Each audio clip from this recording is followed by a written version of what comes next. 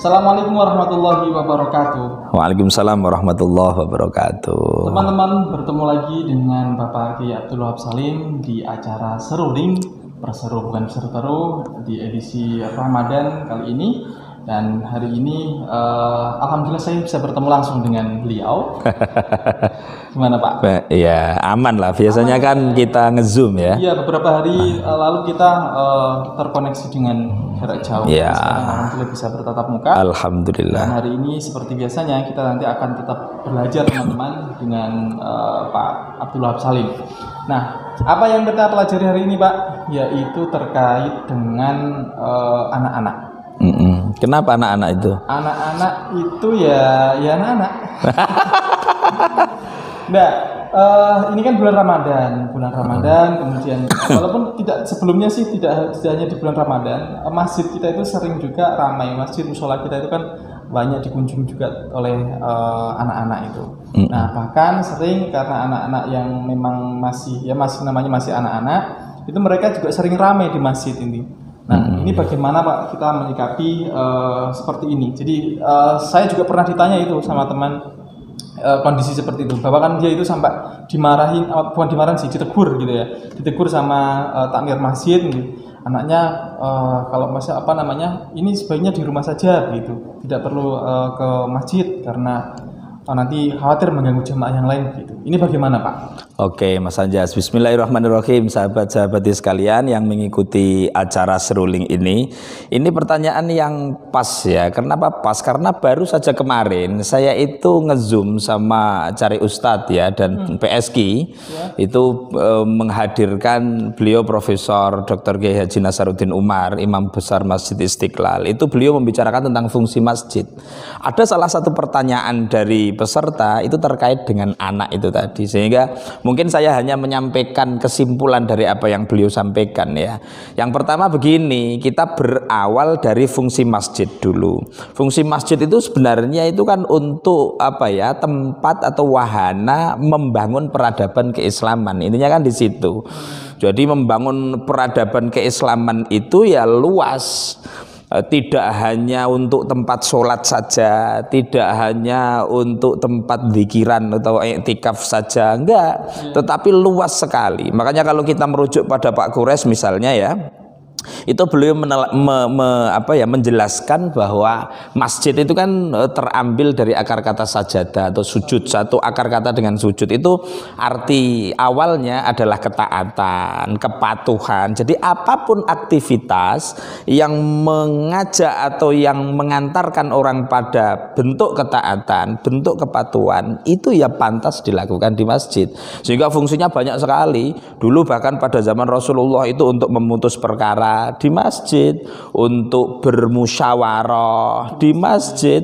Jadi tidak hanya sebagai tempat sujud saja atau tempat sholat saja. Nah, fungsi-fungsi semacam itu kan saya kira hari ini itu kan memang agak berbeda ya. Jadi masjid itu dianggap tempat yang sangat sakral, kemudian suci. Ya suci iya, sakral iya, tapi maksudnya itu nek ora sholat kemudian tidak iktikaf, nggak boleh di masjid gitu kan. Padahal itu sampai hari ini bahkan teman-teman yang memiliki pandangan ke depan lebih jauh dan bahkan dia paham sejarah, masjid itu akan difungsikan sebagai tempat pembangunan peradaban. Ada yang memiliki model-model usaha meskipun tidak di masjid tapi masjid memfasilitasi. Ada bahkan masjid itu tempat mengadu atau bahkan pulangnya orang-orang yang tidak mampu misalnya. Jangan sampai ada masjid yang kasnya itu banyak sekali tapi kemudian tetangga masjid itu tidak kuat makan. Hal-hal semacam itu dipikirkan oleh teman-teman kita sekarang. Nah, kembali kepada tadi Mas Ajas. Masjid itu seharusnya itu ramah milenial juga ramah anak-anak. Karena mohon maaf ya, ada hadis yang menyatakan kan orang yang diberi keistimewaan oleh Allah Subhanahu wa taala nanti diberikan aup-aupan itu yaumala zilla illa zilluh. Itu salah satunya adalah syabun qalbuhu muta'alliqun bil masajid. Pemuda atau kaum milenial anggap saja begitu yang hatinya itu terkantil karo masjid. Bukan berarti ndelok masjid terus, bukan, tetapi dia harus dengan masjid itu seneng gitu ya. Sehingga masjid itu harus ramah milenial. Masjid juga harus ramah anak-anak itu. Dalam sejarahnya kan masjid itu, Kanjeng Nabi ketika di masjid itu tidak ngusir-ngusir anak-anak, apalagi di sana anak-anak itu ditakut-takuti ya, malah bocah-bocah nanti tidak mau ke masjid. Kanjeng Nabi itu pernah sholat cepat sekali. Kenapa begitu? Khaffafa sholatahu, karena di belakang mendengar anak-anak nangis. Kalau misalnya dia nanti atau beliau sholatnya itu kelamaan, kan bisa jadi anak-anak tadi nangisnya lama nanti karena nunggu ibunya ikut jamaah di masjid. Kira-kira begitu. Kanjeng Nabi juga pernah salat itu lama sekali ketika sujud itu. Sahabat sampai gini ya, Kanjeng Nabi sujudnya suwi. Ternyata setelah ditanya apa? Tadi sujud kelamaan itu gara-gara cucunya ya minta gendong ketika sujud itu kuda-kudaan. Hal semacam itu bisa menjadi salah satu ini Mas saja, salah satu apa namanya dalil ya, bahasa kerennya ya, bahwa masjid itu harus ramah anak-anak. Ya kalau misalnya nggak Gojek ya nggak anak-anak dong. Kekhusyuan kita itu memang ya kudunya ono godane ketika memang anak-anak rame dan seterusnya ya.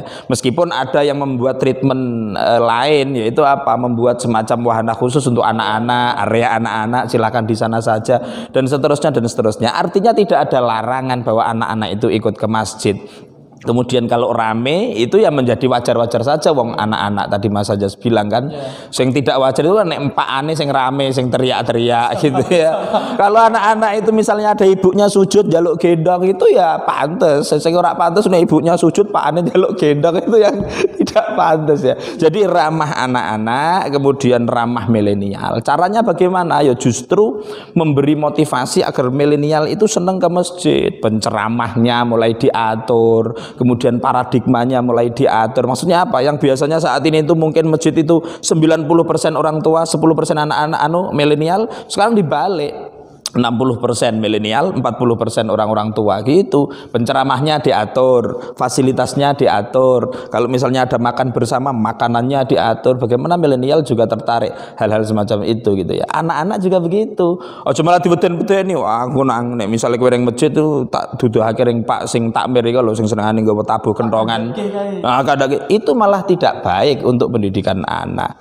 Sehingga itu kesimpulannya Mas Sajas ya. Jadi masjid itu seharusnya sesuai dengan fungsinya karena dia membangun peradaban keislaman, ramah dengan milenial juga ramah dengan anak-anak, begitu ya. Nah itu teman-teman, jadi masjid itu bukan hanya tempat untuk beribadah ya, iya, untuk sholat, ngaji, bukan hanya miliknya orang tua, tapi itu adalah milik kita semua. Bahkan kita harusnya sejak kecil juga mengenalkan kepada anak-anak kita untuk masjid, akrab dengan masjid, karena tadi yang disampaikan oleh Pak Wahab itu bahwa seorang pemuda ya itu akan mendapatkan aupan tadi Pak. Iya, keistimewaan lah kira-kira. Hatinya itu selalu terhubung dengan masjid, gitu kira-kira. Dan kita ketemu lagi di lain kesempatan teman-teman di Serauling edisi Ramadan. Akhirul kalam wallahu muwaffiq ila aqwamit thoriq. Wassalamualaikum warahmatullahi wabarakatuh. Waalaikumsalam warahmatullahi wabarakatuh.